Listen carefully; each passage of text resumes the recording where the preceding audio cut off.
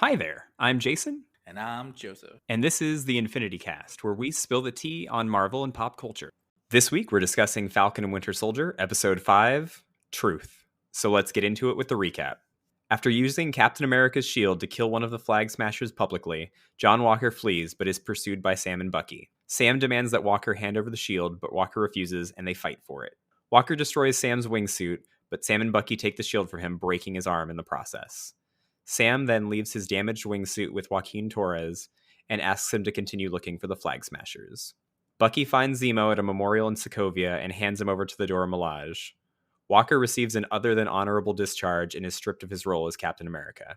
Afterwards, Walker is approached by Contessa Valentina Allegra de Fontaine, who tells him that taking the serum and killing the Flag Smasher was the right thing to do, and she says she'll be in touch. Walker later visits the family of Lamar Hoskins and tells him that the man he killed is the one that killed Lamar. Sam returns to Baltimore to visit Isaiah Bradley, who discusses his past as a black super soldier and how he was imprisoned after rescuing fellow soldiers who had been experimented on. Bradley states that a black man would never be allowed to become Captain America, and that no black man should want to. Sam then returns home to Louisiana and helps his sister fix the family boat with assistance from several locals, as well as Bucky, who delivers a briefcase from the Wakandans. Sam and Bucky train with the SHIELD together and agree to move on from their pasts and work together. Meanwhile, the Flag Smashers plan an attack on a GRC conference in New York City and are joined by Batroc, who has been released from prison by Sharon Carter and claims he wants to kill the Falcon. In a mid-credits scene, Walker builds a new shield from scrap metal and his war medals. Is the public ever going to find out that the guy who Walker killed, Nico, did not, in fact, kill Lamar? Like, that's a thing. He keeps saying, like, he made me do it. He made me do it. Well, nobody made you do anything, number one. Number two, he isn't even the one who killed Lamar.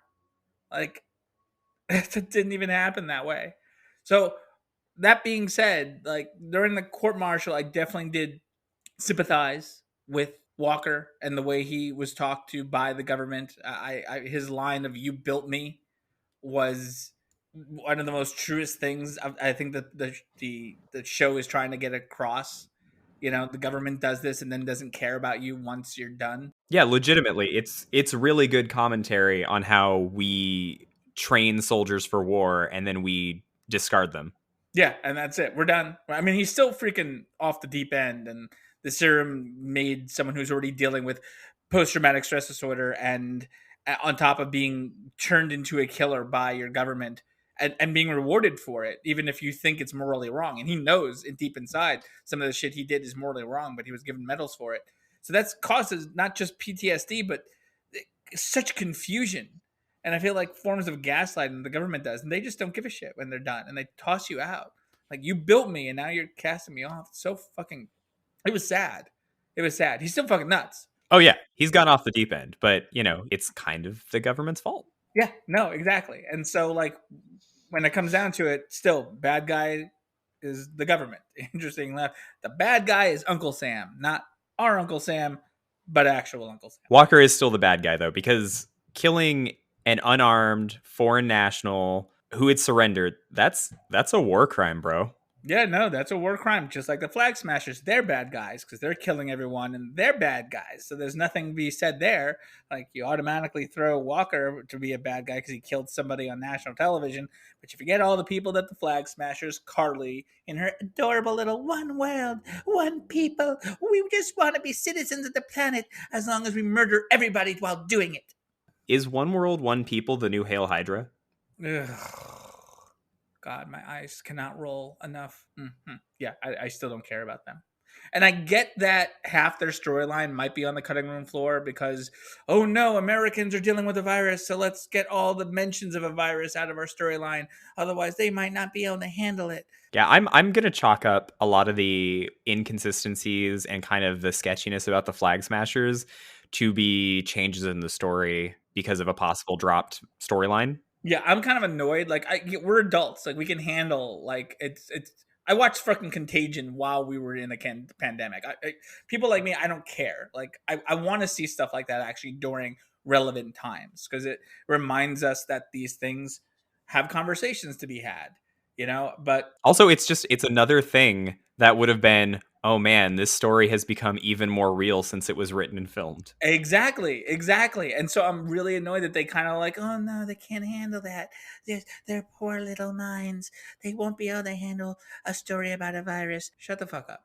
Give us the whole thing. We're not children here. It is kind of a shame that we'll never truly know what it exactly would have been about, but I do have a feeling it was about vaccine equity. Yeah, exactly. Like they stole vaccines because the GRC were not giving it to the right people. And I think that was going to be the story that showed that the GRC doesn't care about giving it to everyone. It's like the upper middle class and the upper class were getting them first, and probably the working class people and the lower class people were not getting them at all, and that's what sparked a major thing for the Flag Smashers to go and do that. And so they stole vaccines to go and make sure that people weren't dying. And that's probably what all that was about. And it would have been a lot more poignant, and it got lost. And it really annoys me because I want to have sympathy for the Flag Smashers more. I do. I think considering all the things that this show does right, we can give them a little bit of a gimme on this drop storyline. No, I do. I get it. And again, the show is beautiful. And the fact that it's doing what it's doing is great. But it is something that the longer the show goes, the more I see that emptiness, that void. To really give it that perfect score, which it would have gotten, I think, is just do that. You're getting a 95, but you would have gotten a freaking 100. You're getting an A, but you could have been an A+. Would have gotten an A+, and I would have sent you home an Amazon gift card. They could have used that Amazon gift card, so then John Walker could buy himself a shield instead of making one in his garage with a box of scraps. And his medals. Aw, how metaphorical. So let's talk about that first fight scene though, because holy shit. Yeah, that was brutal. He was not going for maiming or injuring. He was going for murder. Oh yeah, he was legit going to kill Sam with that shield. Yeah, he wanted to kill everything. Every move, every body language. The beginning intro when they're just talking, you could hear the Civil War music, the same music that played over Tony, Bucky, and Cap. Those conversations. That sad lament Civil War theme was playing during that sequence, and it just the tragedy of it all, right before and right at the end. Watching Sam try to clean the shield with his hands was heartbreaking. Just heartbreaking. Yeah, literally trying to like wipe the stain off of the shield and off of its legacy, and the blood on his hands, metaphorically and also literally, is really good. It also made me realize, like, when Sam's got fucking moves. he knows how to use those wings. It hurt me when he tore them off, but like he knew how to use that thing. Doing that sweep with the wings. Oh, that was so good. It was so good. Also, there was a couple points where Bucky had the shield, and I was like, damn, Bucky also looks really good with that shield. Bucky knows how to use that shield. Bucky knows how to make it work. He's got the super soldier serum in him. Though I think to a certain extent, to a lesser extent than like it's not as good as the one Steve got. Because I always feel like he can take on Steve, but he's not as powerful, I think, as the way they portray it, at least, as some of the other powered. Either that, maybe he's holding back now that he's not the Winter Soldier anymore. I think it's probably partially that, and you're right. Maybe it is like a little bit weaker. It's like the Russian knockoff version of the serum. Yeah, the wish version of the serum. What did you think of John Walker like lying to himself, like, and also to Bucky and Sam? Like, he killed Lamar. No, he didn't, dude. We were there. Yeah, like, dude, we were right there. He did not. No, but he made me. So it just even the way he like was talking when he was in the fight. You're making me do this. Look what you're making me do. Abusers talk like that. People who know they're abusers talk like that because they have to remind themselves that they're the good people. He's delusional. He needs to feel this. It's not a narcissistic thing, but his ego is so fragile in this thing that I think he's gone mad, and the serum has just made it worse. That it's just brought him over. He needs to be right, and he knows he's not. So that confliction is making him crazy. And it's sad because it's what the government made him. It's what his PTSD without any kind of real mental health has done for him.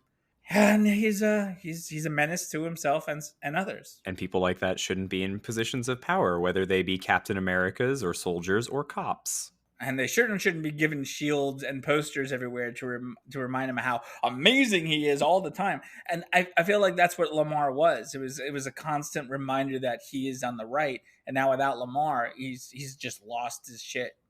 to like have to remind himself, and his way of doing that is lying to himself, lying about facts and screaming in other people's faces as he beats the crap out of them, saying, "You're making me do this." And there it is. Law enforcement, man. Gotta love it. Speaking of soldiers, we finally got to see a soldier we like again. Torres is back. I know, he's so cute. He was real interested in what happened to those wings. He really was, and he got to keep him. It's almost as if he might be another Falcon down the line. Yeah, I'm down because one, it's good for representation, but two, he is adorable and he's really funny, and he's like, what did Sam call him? Bizarrely wise. They're doing so much to build up the characters in this show as more than what one episode is going to give us. I'm a firm believer we're getting a season 2, even if not a spiritual one, like change of title, whatever. But we're getting a season 2. Like, this isn't going to be like storylines that we're going to follow in other movies and other properties.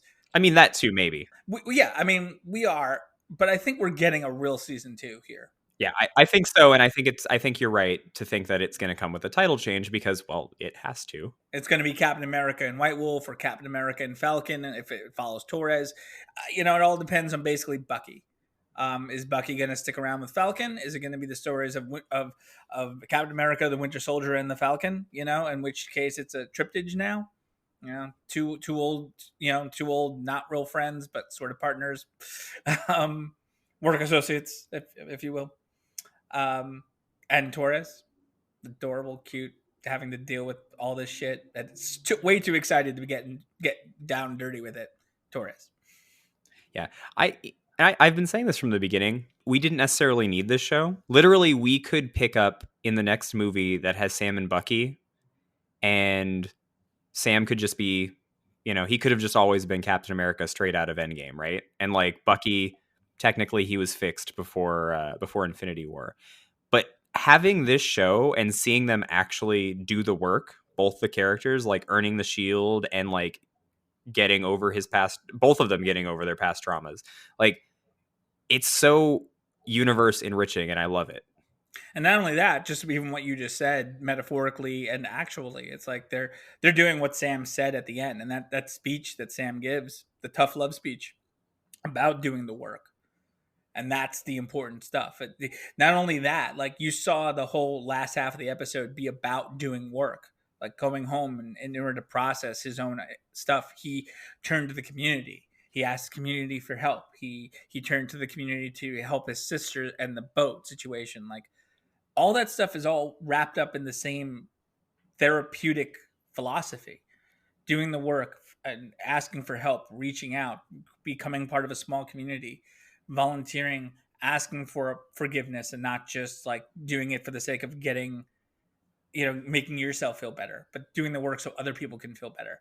And this show is, yes, it's all about action. It's all about, chaos and, the politics. And some of these politics very, very necessary to be talked about.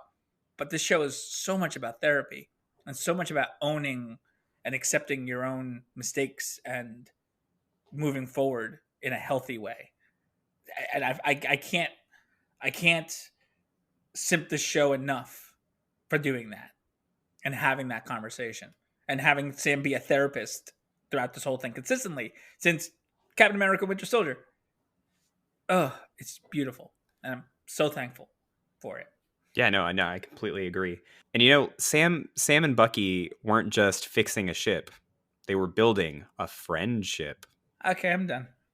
That's it. I wondered what it would be to like make me just want to walk away. And I wondered if there would be a thing that you would eventually say that just makes me walk. And I think we found it. But no, seriously, their talk at the end, it was a really good talk. And I really appreciated that Sam did give Bucky that little bit of tough love and was like, stop avenging, start actually amending.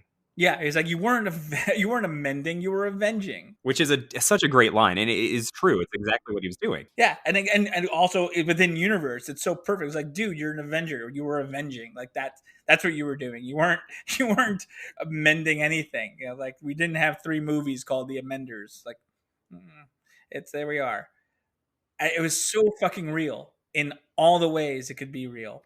And also, Bucky taking a step back and just being like, we legitimately didn't understand what it meant giving a black man this shield, and I'm sorry for putting you in that position. And I just thought that was amazing. Yeah, and it goes back to the therapy. The last time we were in the therapy room, where I was like, no, Bucky realizes that he hurt Sam and didn't process that at that point in time. It's like, that's the thing. Don't hurt people. And I hurt Sam, and I'm trying to figure out what happened there. And then throughout the journey, he does understand. We didn't understand what it meant when we asked you to take the shield. When Steve told me his plan, which is right before Steve went on his old time journey, that's what he's referring to. When Steve told Bucky his whole plan was to go back in time, do that, and give Sam the shield. That was discussed beforehand, and there it is. We didn't understand it then. I do now, and I'm sorry. It was so, yeah, it was great. It's a great scene. This episode felt like a finale, or it felt like episode 1 of a season 2. There was so much here paying off of the buildups of previous things. I'm just curious what next week is going to be, but damn. Yeah, I mean, we're gonna have to see if they stick the landing. They've got some good footing, but I do wonder. We've still got a lot to deal with. Yeah, there is, and that's why I'm telling you that we're getting a season 2. There's too much in the show for us to just be closing out everything. So whether the storylines are going to go to other properties or another season or the films, we will find out. How did you like the closeout with Zemo? I mean, let me tell you about Zemo. I cannot express how I love Zemo. He, throughout this entire show, has been a man of class and grace, and enjoyable to watch. He is a man of letters. He's a man of the world. He is cultured. I enjoy every moment he's on film. Every word that comes out of his mouth, I am there for. I'm happy that he didn't go out like a bitch or a punk. He was like, all right, I just wanted to be here. I waited for you. Took you long enough. Told you I was going to be here. You can now take me away. I think you should kill Carly. I'm not going to kill anybody. I'm not going to kill you. Okay. I took the liberty of crossing my name off your list for you. Such a classy thing to do. And now he's on his way to go be with Ross on the raft and become a Thunderbolt. That does seem like where we're heading. Yeah, when you asked that question weeks ago, I was like, probably not. There's already so much on the plate.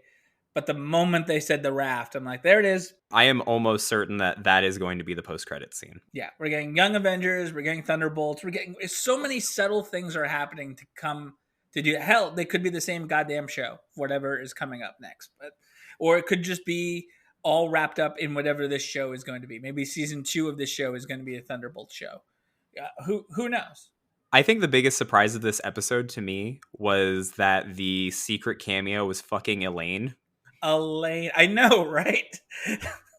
And they kept saying big comic book star. I'm like, okay. What? It could be anybody. Marvel's not short of comic book heroes, especially female. I told you it was a courthouse. I told you it was going to be a courthouse. That part was correct, yeah. Contessa Valentina Allegra de Fontaine, Madame Hydra herself, the Viper. They could literally go in any direction with that character because she was a longtime S.H.I.E.L.D. agent, and then she was in Hydra, and she was Madame Hydra, but she was actually working for Leviathan. God, she could be anything they want, and that's the thing. It have such ramifications on the entire universe, and apparently there's big plans set aside for her. I'm like, great, awesome. I know she was going to be and will be in the Black Widow movie. So that's how we would have gotten the introduction to her initially.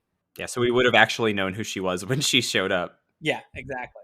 Also, I guess in Secret Invasion, she's a Skrull, and it's kind of big to the storyline. Oh, okay. I don't know. It's so weird because it could go anywhere, but her cameo in this very much felt like a Nick Fury. Yeah, she is the evil Nick Fury. She is the Viper, the way she talks. Like, oh, you want to do this? Call me Val, but don't really call me Val. Just the way she talks. Oh, God. Julia Louis-Dreyfus, thank you so much. Thank you for lending yourself to this, because she's such a talker. I legit was like, I don't know who this character is supposed to be, but I was enamored with her performance because I love the actress. So there it is. We got her cameo. And most people, like you, don't know who she was. I happen to know that from doing research elsewhere. I didn't know her from the comics because I wasn't familiar directly, but I remember doing research on somebody else. I didn't remember who it was. Be like, wait a second, that name sounds familiar. The way she's racking it off like that, boom, boom, boom. It's like, I know that name, and it's like, that's fucking Madam Hydra. Holy shit. But yeah, they could legit do anything with this character, and obviously she's going to be important going forward. I will say this: this whole episode and the whole show reminds me, Steve never went through the government indoctrination. Like, Steve is a good man who was a soldier for 15 seconds and never had to be trained or brainwashed by the government. He was always a relatively free agent. And what he did when he went to save his fellow soldiers, and he got medals for it, as opposed to Isaiah doing that and getting imprisoned for the same action. Because what he did and what Steve did are pretty much the same thing at the beginning of their careers. Basically, yes. And Isaiah got imprisoned and experimented on, and Steve was allowed to continue to be a free agent, because then he woke up and became a SHIELD agent, worked for them, and became an Avenger, and yada yada. He didn't have to compromise his personality, whereas Walker did. Walker was a soldier, and that's what you're just trained to be, a soldier, and he went through that process for years until he was given the shield. And that's the difference. Our Steve wasn't made Captain America after becoming a soldier. He was Captain America. Yeah, let's get back to Isaiah, though. Carl Lumbly in this episode, so good. I'm so glad that we went back and got more with Isaiah Bradley, because he's such an interesting character, and it adds such depth to the story. Just him, like I said, is really powerful. You know, they will never let a black man be Captain America, and a self-respecting black man shouldn't want to be. And Sam's over there just like, yeah. And Sam is trying to process all that, and that's why he goes home. It's like, I need to figure this shit out now. Do you think that he went to Isaiah to get talked out of being Captain America? I think he went to Isaiah to try to figure out what happened what was wrong. Like, he needs to make sense of everything. I think he went to Isaiah to try to understand what the situation happened, not to force a decision. He needed information. Isaiah didn't even want to see that shield. No, he didn't. It's like, get that shit away. Get the stars and stripes. What that represents is not me. And a part of me wondered, like, if and that's the thing, because they messed with the timeline originally. Because I think in the comics, he and his fellow men were experiments that would have eventually led to Steve getting a good version of the serum. And then the rest plays out. In this case, Steve happened first, and then they're all clamoring to try to remake the serum, and that's what he was getting. And so the experiments were to remake the serum, right? And then you get your MCU version of the Tuskegee experiments, essentially. And the name of this episode actually comes from that storyline in the comics. It's called Truth, Red, White, and Black. But that is a necessary conversation to have in today's era, and I hope that everyone who watches it is humbled by it, because yes, this is fiction, but everything he was talking about has its truth there. It's meaning and metaphor, even direct, because again, Tuskegee experiments were a thing. When he was talking about the Red Tails, that happened. Yeah, he was talking about the 332nd, the Tuskegee Airmen coming back from World War II and having crosses burned on their lawns. Yeah. Then you have what happened with Muhammad Ali, him not wanting to fight in war for a country that isn't going to fight for him. And that's the parallels right there. It's like, of course, no black man wants to actually fight in a war for the Stars and Stripes or for the American flag, because the American flag doesn't do shit for them. There's a lot of stuff that actually happened in our history that is referenced there. And I think that's what needs to be understood. And regardless of the fiction, this was a very honest and truthful, universally needed conversation to have. Yeah, that's why Sam Wilson's character is so interesting, because he believes in that Stars and Stripes bullshit. Yeah, well, because of Steve. I think yes, because I think his own experiences and who he is, and then leaving, war to be a therapist and take care of the vets. He was a good man like Steve and saw war in a different way. And he became an Avenger because he had to, because he followed Steve, because he had to help fix something that was wrong. But he was never seeking all the things that most people in war and most people who are soldiers seek.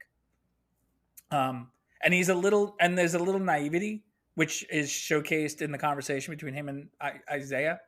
The world is different now. And Isaiah, like, you think things are different? You think times are different?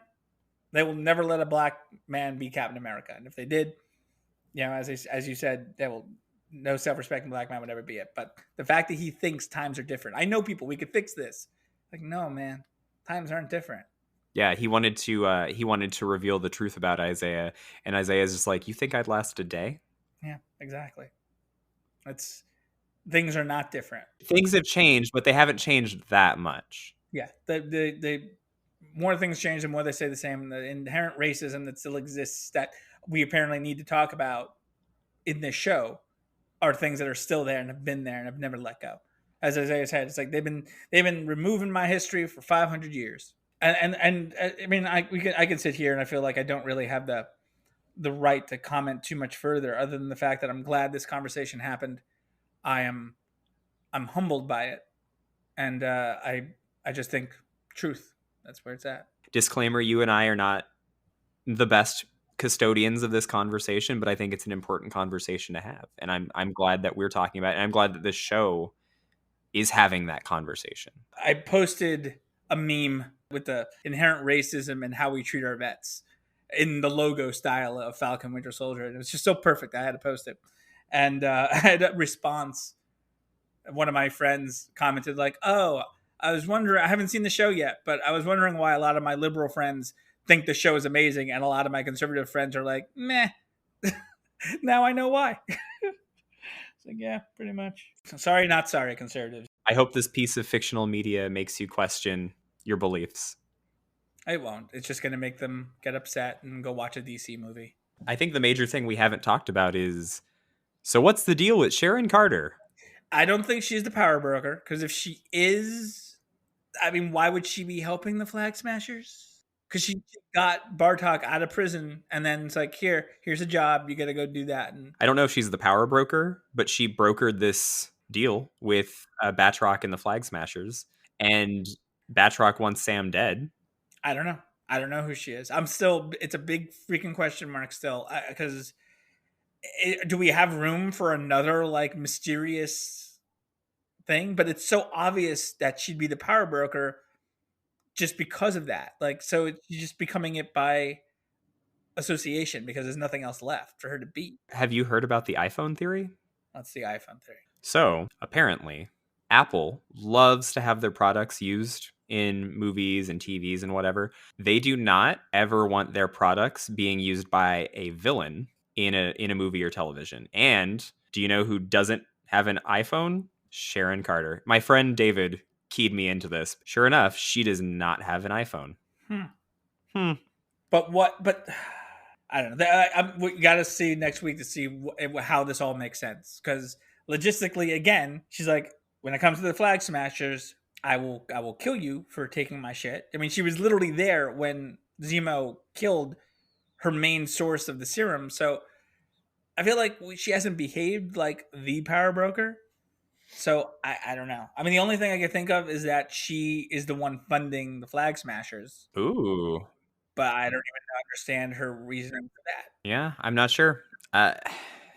Sharon Carter is an open question, and she's one of the several that we need to resolve in like the next 60 minutes of television. And I really hope we're gonna get like the runtime, and it's like the last episode of Falcon Winter Soldier coming in a runtime of 2 hours and 57 minutes. Go.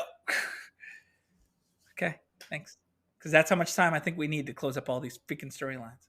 Essentially, yes. We do have got a lot. We got a lot that we need to close out in the next episode. Although, if you and I are both correct in our thoughts, maybe some of it they will leave lingering for a second season. Yeah. I guess we'll find out and see. Because I feel like Disney wants to close the things that need to be closed, and the things that will linger, like they have to make sure they're gonna linger in the right way, so they can start up fresh. You know, no one wants like a situation where you can watch these things out of order and make everyone confused.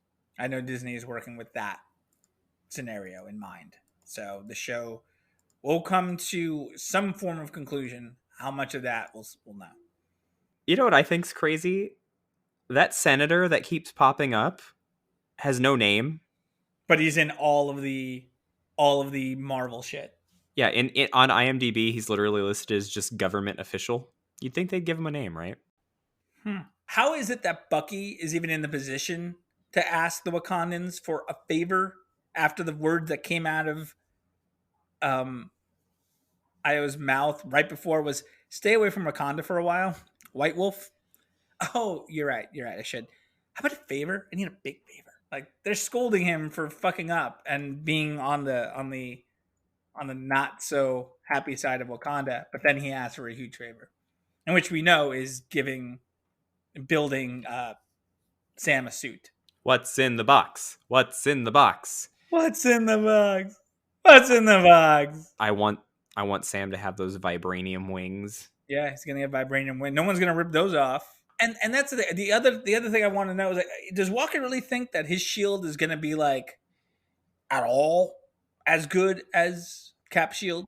I want in the next episode for him just to throw it at a thing and then it just to clang onto the floor. It just clangs and dents and is run over by like a Mini Cooper and is destroyed. That's what I want. Honestly, I kind of think John Walker should just give up on the Captain America thing and then just do cosplay DIYs. I think he's going to become a U.S. agent, and he in the comics he's an anti-hero, so he's going to probably go like on this, spiritual journey and just roam around and be kind of like, I'm an asshole, but I'm also going to try to be a better person. He's going to go like Bucky Light. I still think he's crazy. Oh, he's definitely crazy. That man really needed therapy. Yeah. And he hasn't gotten it. And I don't think he thinks he needs it. So we'll see who he becomes. One of my notes on a technical level on this episode was that we had like all these montages. We had a boat montage of fixing the boat, and then we had the montage of Sam training with the shield. Great.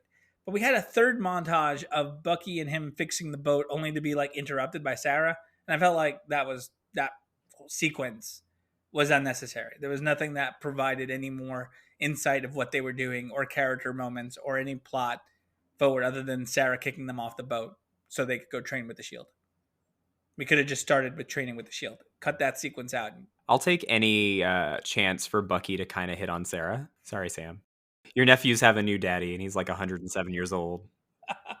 The only other thing I have in my notes is I found it unintentionally humorous, the beginning of this episode with John Walker just running. I don't know why, but it was just like in my head, I smash cut the end of the last episode to the beginning of this episode, and it's like he murders someone, looks at everyone, and then just like run. $6 million man runs away, hiding out like a terrified dog. Do you think he'll end up on the Thunderbolts? Maybe. I mean, like he's an asshole who can be utilized by a greater purpose, assuming that Ross's purpose is great. Or Val's. Maybe she's working for Ross though. Maybe she's out doing the legwork. Or maybe she's Hydra Part 2. Or maybe she's with Leviathan, who kind of showed up in Agent Carter Season 2, questionable canonicity. Or she works for Roxxon. She's literally whatever the next person that uses her character wants her to be. Yeah. She could be anything. That's fair. And I think that's some of the awesomeness of that character. And I think, again, the excitement I have for Elaine playing it. She's Elaine. I know her name, but she is Elaine forever. Yeah, I think that's it. That's all I got. This one didn't have as many concerning moments or things we could talk about. I felt like this was really about closing a lot of things and having those moments hit poignantly. I mean, just even that shot when like that above shot in the fight sequence when Sam like body slams Walker for the last time when Bucky swings his body. Like, oh my God. That shot when they all just kind of hit and then fall to the ground with the shield in the middle. And besides that, like this was more of an emotional character episode and also kind of the calm before the storm. Yeah, it's what I kept referring to in my head was this was like the Salah moment, both in universe and out for the audience. Like Salah is a word from the Old Testament. It means we think it means to pause and consider. They use it at the end of Bible verses, so you can think about what you just read, take a moment, and process to the next thing. And I think this episode, Sam had his own moment, his own Salah moment, and went back to fix the boat and all that, and pause and consider his next path. And so we know what he's going to do. He's opening the box. All right, so make sure to like, subscribe, and please tell your friends. You can follow us on Instagram and Twitter at Infini-TEA, spelled Infinite A Cast. And you can email us at infinitycast@gmail.com. Until next time, I'm Jason. And I'm Joseph. And we'll see you guys next week.